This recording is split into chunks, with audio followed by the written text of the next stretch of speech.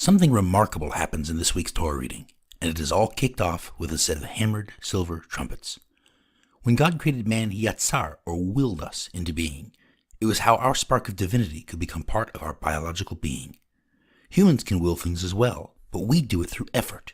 In Hebrew, something which is hard is kasheh. It is also the Torah's word for hammering.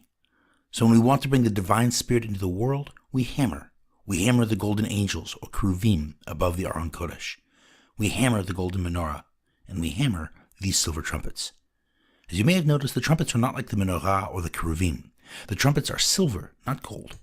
In the Torah, gold represents the divine, but silver represents the human reflection of the divine. The trumpets, which are blown on God's command, represent our reflection of God's instruction. When these trumpets are blown, the community moves, just as commanded. In a way, we embody God's divinity in a human nation. And this first move is described in great detail. There are 23 verses in all.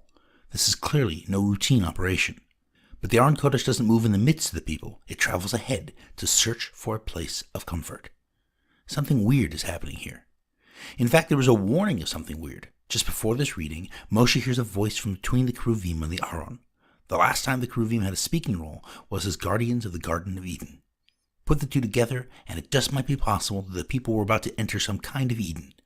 They were the reflection of God's holiness, and so perhaps they were ready for something beyond our natural expectations. But it didn't work out that way. Instead, in their place of comfort, they were overwhelmed by ta'ava, the desire to destroy for short-term pleasure. They wanted meat. Like Chava in Eden, their very comfort and freedom led them to strike out like bored children. Even Miriam, one of the great leaders of the people, is consumed by a desire to gain honor at the expense of her brother. And so, their Eden was denied. The Jewish people had a chance at something fantastic. We still do. But we have to overcome our limitations. When things are going good, especially when they are going good, we have to keep building and creating and investing in the timeless. It is how we build a relationship to God. There is nothing inherently different or special about the Jewish people. Given great blessings, we react just like any other people. But we have the opportunity to be greater than we are. By investing in the timeless, we can still break the cycle of self-destruction and realize our full potential. Shabbat Shalom.